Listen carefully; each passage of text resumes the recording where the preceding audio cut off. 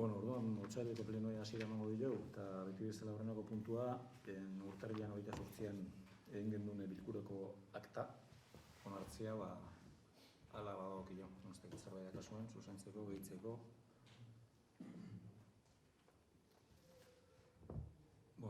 Eta onartuzat ematen da.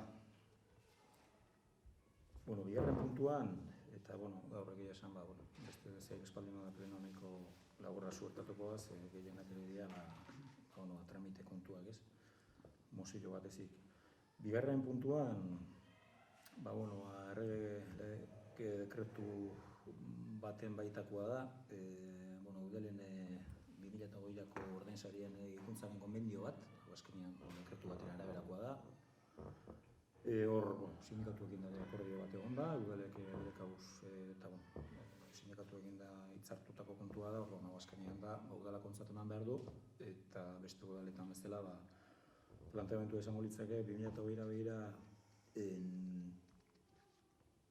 igoera fijo bat ehuneko bikoa, eta fijoa izango litzake, eta gero, uztailean 2008ari dagokion barne produktu gordinaren igoeraren arabera, hau da, igoera ehuneko batekoa baldin bada, igoera ehuneko 2,5koa baldin bada, ehuneko bateko igoera gehituko litzaioke ehuneko 2ko igoera horrei. Hau da, uztailean barne produktu gordina ehuneko 2,5ko igoerakoa bada, uztailetik aurrerako igoera izango litzake ehuneko 3koa. Atzera eraginkortasunik gabe, retroaktibidaderik gabe, ez dakit hola klibatzen nahi zen. Eta aldiz, barne produktu gordina ehuneko 2,5tik beherakoa balitz taula badago hor, eta orduan proportzionalki ehuneko 1 hori jetxiko litzake. Orduan azkenean da, irizpide batzuk, matematika da, irizpide horiek onartuta daude, eta kontua da, zestuko udal langilei ere, irizpide hauek aplikatzia. Beste gabe, hau boskatu beharko genuke, onartu beharko genuke, besteik espaldin bada. Orduan boskatzen dugu. Onartzeko proposamena, dekretua onartzeko aldeko botuak. Hau batez onartzen da, 2008ko langileen soldaten igoera proposamena. Hirugarren puntuan, hau ere urterokoa da, Azpeitia, eta Zestoako udalen arteko lankidetza hitzarmen bat, da bertako, azkenean Urola Erdiko ikasleei eskainitako logopedia zerbitzuaren kontratua. Kontratua bere garaian 3 herrien artean txandaka kudeatzeko halako akordio bat adostu zen, baina geroztik aurreneko herria Azkoiti izan zen, honen kudeaketaren ardura hartu zuna, eta Azkoitik eskuzabaltasun osoz, ondorengo urtetan, hasiera batean, gauzak nola egin, eta behaiek bizkat mekanika guzti horren jakintza hartuta, ondorengo urtetan ere, behaiek prestatu dira, eta behaiek borondatez, kudeaketa behien esku hartzeko prestasuna agertu dute, beste zeren truke, orduan bai Azpeitia eta bai Zestoatik, hori betianik eskertu, eta orduan beti kudeaketa hori Azkoitiren eskutzi izan da.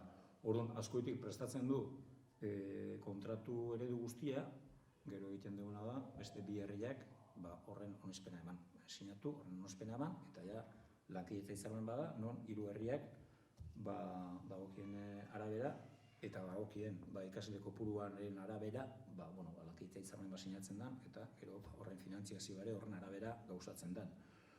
Orduan, hau ere da, besterik gabe, plenotik pasa beharrekoa, eta plenoan bertan onartu beharrekoa. Orduan, hau ere, boskatzen du, eta, bizkat, lankidetza hitzarmen honen alde.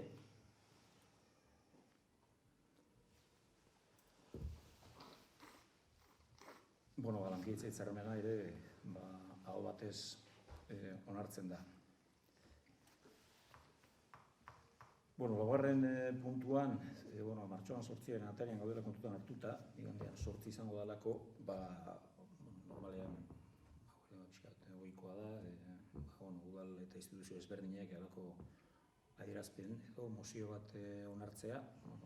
Mozio hori bizkat, gain suertatu da, gobernu taldeak sartu du, baina, beste gabe da, mozio hori irakurri eta mozio hori ontzat ematea pleno honetan. Orduan, mozio irakurriko genuke, zaizue, mozio irakurriko genuke, eta gero mozio honen inguruan adostasuna baldin badago buskatzen dugu, beste zerbait, ohiketaren bat, edo baldin badago hitz egiten dugu, eta izango litzake. Laugarren puntua, orduan, Beatrixek irakurriko du mozioa, eta... Urtetan mobilizazio ugariak egin eta bi greba feminista izan ondoren, kaleetako aldarria argia da, erabatekoa. Gure gizarteak justizien eta demokrazian aurrera egin dezan, beharrezkoa da printzipio eta aldarrikapen feministak egitura eta politika instituzionaletan txertatzea.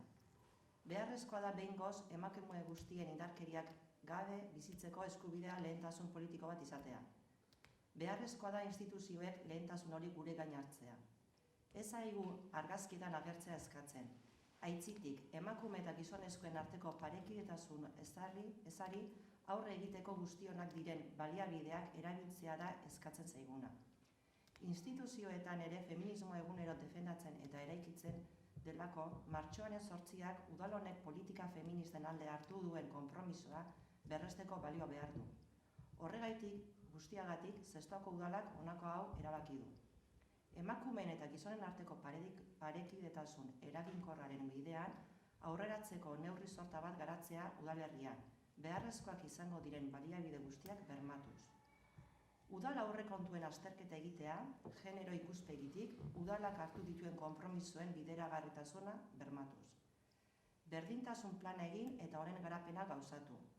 Genero ikuspegi batetik, udalerriko zaintzen errealitatearen azterketa egitea eta errealitate hori hobetzeko neurriak martxan jartzea, besteak beste ondokoak jasoz. Zaintza rolen gaineko emakumeentzako ahalduntze jarduerak abiatzea, gazteei zuzendutako rol berdintzaleen gaineko hezkuntza jarduerak bultzatzea. Identifikatu diren udalerriko emakume zein kolektibo feministen parte hartzeko bideak irekiko dira, euren iritzia kontuan hartu eta udalarekin elkarrara garatuz.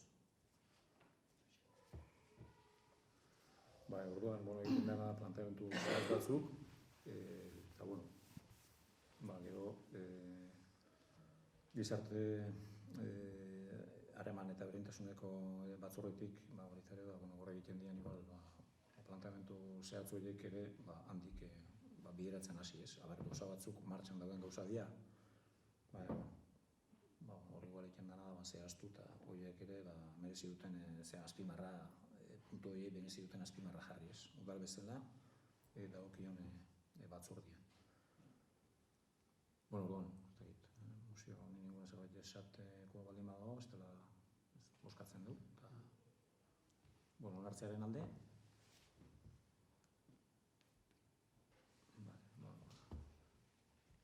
Hau batez onartzen da mozioa. Gero, beste bat, egia da, gai ordenian etzala sartu, ogasun batzordetik pasagarren, hau ez da bozkatzeko kontu bat da berri eman, plenoan berri eman. Orduan, 2019ko ejerzizioa itxi da, baina azkenean batez ere fiskalitateari dagokionez eta udal kontuei dagokionez, hor 2019ko aurrekontuak, askotan aurrekontuak estimazio batzuk izaten dira, eta aurrekontu horiek 100%ean ez dira nolabait esateko likidatzen. Orduan, partida asko dira, dakizuen bezala, eta orduan askotan partida batzutan gerakintxoak gelditzen dira, eta beste partida batzutan berriz aurre ikusitako kopuruak gainditu egiten dira. Orduan, hor urtero egiten da, ariketa bat, urtea izten denean, gero, hilabete pare bateko epean, hor sortu dian, aurreko urtean sortu dian, desajuste horien bueltan, ajuste bat egin, eta hor aurrekontu aldaketa bat egin hori da. Horren urrungo fasea ja izan ditzake, erabat urtea iztea. Hortako, hor geneukan ajustea, kopuruari dagokionez €83.792 eurotakoa zan, honek esan nahi du, batzutan nolabait gelditu dana beste batzutan erabiligarri izan dela, lehen esan deten arrazoi horiengatik, batzutan sobratu egin delako, pixkat garbi izan da, eta beste batzutan falta zalako, eta, orduan, hori ogasun batzordetik pasa zen, ajuste hori eginda, ajuste horren arabera ja, 2019ko aurrekontuen likidazioa ja, ajustatuta geldituko litzake, eta, beste gabe hori berri ematea da, hori azkenean, alkatetza dekretuz egiten den gauza bada, eta, honekin ja, 2019ko, esaten dezagun, ejerzizio fiskala ja, ajustatuta geldituko litzake, eta, erabat, izteko bidean jarri 2019a. Orduan, beste IP berri ematea da plenotik, hau, esan da zela, pasa zen ogasun batzordetik, eta orduan berri eman. Eta, esan da, ez delako plenoaneko laburra suertatu zaigu, eta azkeneko puntua beti bezala, ez dakit, erreguak, kalderak, edo ez dakit, zerbait inguruan, zerbait esan nahi baldin bada, aprobetxatu, baldin bada guentzat, zerbait.